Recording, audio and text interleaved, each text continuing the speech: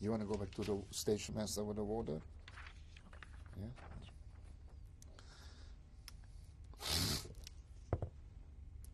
This is tape 2 of Mickey Herskovits' interview in New York on April 4th, 1994. Interviewer Deborah Lewin. 1995.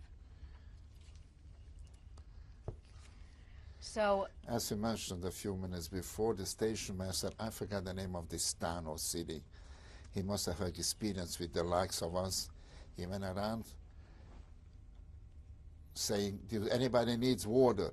Everybody needed water. He refilled us. I still don't remember how a pail of that size came into such a window, but somehow we managed to get water in there. That kept us for the next 2 days. And everybody who had any type of vessel or cup or pot filled it with water. The only problem is when you had to use a bathroom, like we had a small corner roped off with a curtain, and there was another pail or two that was used for your bodily functions. And after that was filled, you had to go put it back to the same narrow small window and put it out to the side tracks, and the tracks on the side of the train. did the Germans provide the curtain and the buckets? No. Some of just took the buckets, and for the water, yes. That was in the time it came in. The curtain was taken out from somebody's possession. Or that was, I remember the big curtain, and then that was it. At any point during this 3.5-day journey, did you become aware of where it was you were going? Detail-wise, no, but we already had a very strong hunch that it's not going to be a picnic, that it's not going to be the family-oriented togetherness, as they said, that the labor or the work will be somewhat different that they promised us. And soon as we left Hungary, and we went into Poland, which was on our way to Auschwitz, we already were very depressed. And hardly anybody talked anymore. Mr. Oppenheim, he I never forget. I never would have believed this will be my end. As a friend of my father, I remember in the synagogue we prayed together. He said about 2 rows behind my father. I saw him every day. And so, tell me about the day that the train pulled up and stopped in Auschwitz. Well, that we got there, as I mentioned before, Wednesday night, Thursday morning, 1:30, 2 o'clock. The train stops and they drove us off from the train. And first was men one side, women the other side, and then we were graves, and at that time her father was with us. My brother and I took him in the middle, and we walked him in front of Mengele. His name is be erased. And then he put our father to the other side, and we went to the workforce. Did you know what that meant? No, not at that time. This we didn't know till about a couple of hours, about 3 hours later, when we met a Jewish prisoner, or Häftlinge, we were called later, and asked him and said, if your father is not with you, he pointed, he's up in heaven already. And by sheer coincidence, I saw my sister again an hour later, and that's where my mother was, and she said to me, no, I don't know. Now, I didn't tell her, which I knew already, if she's not with her, she's gone. But I says, oh, I hope you meet her. And that was it. Then, it was quiet, about that time it became light, it was daytime. And they put us in. First they had to disrobe us completely and put us in to take a shower and disinfection. After the shower, we went to the other side. They gave us that striped clothing, which is familiar to anybody who ever saw this situation. When the sun came up and you saw for the first time, what did you see?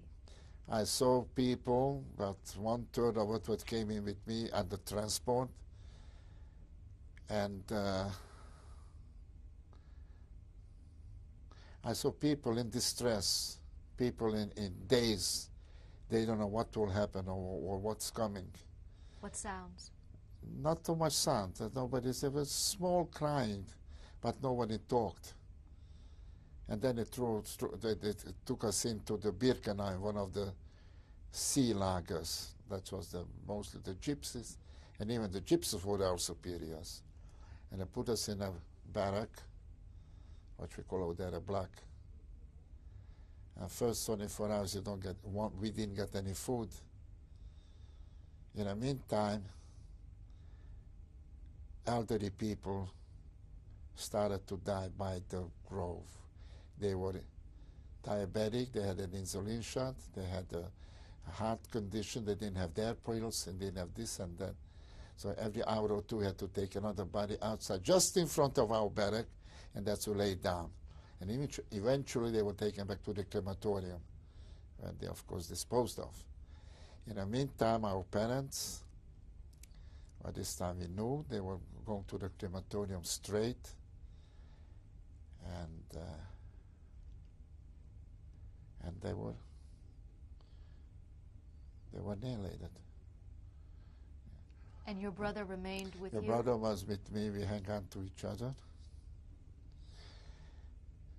And we think that after 4, 5, 6 days, perhaps, they sent us from Auschwitz, from Birkenau, to Mauthausen. Now, Birkenau, Auschwitz, was the first point where everybody arrived. After selection, and that actually decimating it, they sent over to the major concentration camp, which had subdivisions for workforce. In our case, it was Mauthausen. Some other places was Theresienstadt or Dachau or any other places. In Mauthausen, then we stopped being human beings and we became a number. And it's a number that I gathered given to is 7,776. That was my number. My brother had two numbers later, 7,069. In between had a cousin of ours. We call them alphabetical. His name is with S, Sándor in Hungarian. In between I was a cousin Peter.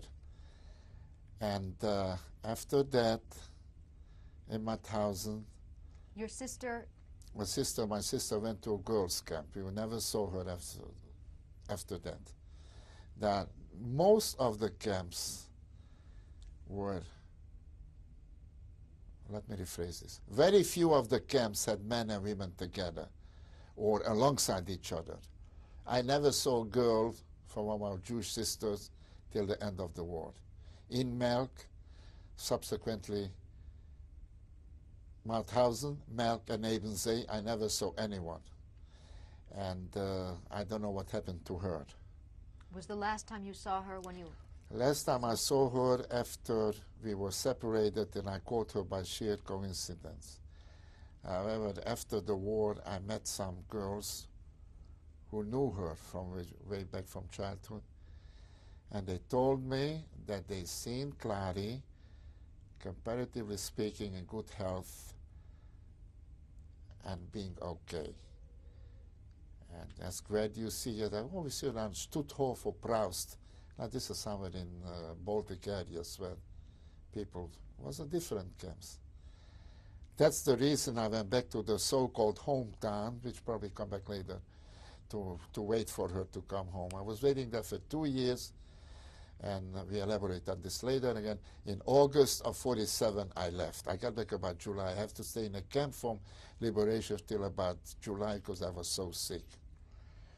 I was down to 35 kilograms, which is 77 pounds. And when you left Auschwitz after 6 days? Yes. Tell us about that journey to Mauthausen. The journey wasn't too long. It was put in car, interesting enough, in normal passenger cars, in regular seats. And we were going through Mysłowicz and Katowice and all that section of the western part of Poland into Austria. We bypassed Vienna. In fact, some of these, by that time, of course, all the carrot was Germans. And they came and said, "Oh, you're feeling so good, let's sing something." And we were sitting there.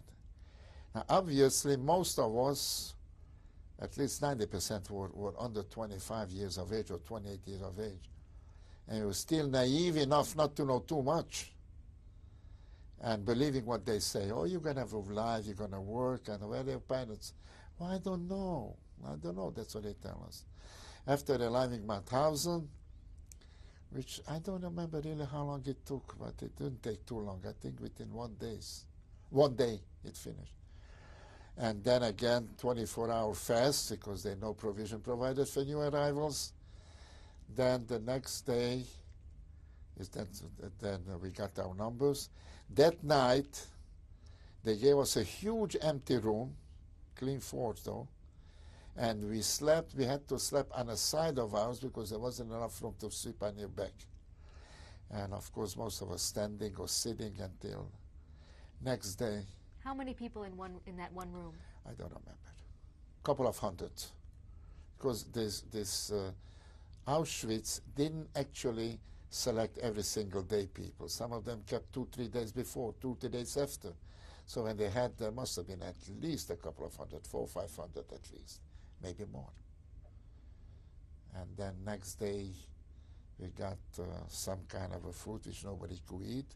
It stank to high heaven.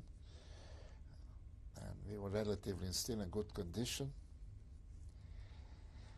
And then that's next to us was another barrack, another building which housed the elite of the Hungarian Jewish life. Regent Horthy, who was the regent of Hungary, his daughter was married, his son was married to a Jewish girl, to Weiss Manfred's daughter.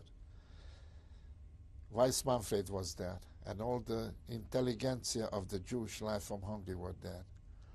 We had in other barracks some Russian prisoners, and we had even a few English, or at least American-speaking prisoners. We never had in touch with them. Being there after a few days, we were shipped out and we arrived to Melk. That puts us somewhere around to the early half of June. In June, we were, again, 24-hour fast period, and then something happened. People who were there already told us about the invasion from last week, meaning June 6th. It seems that we were not the first in this Melk camp, there were people before us.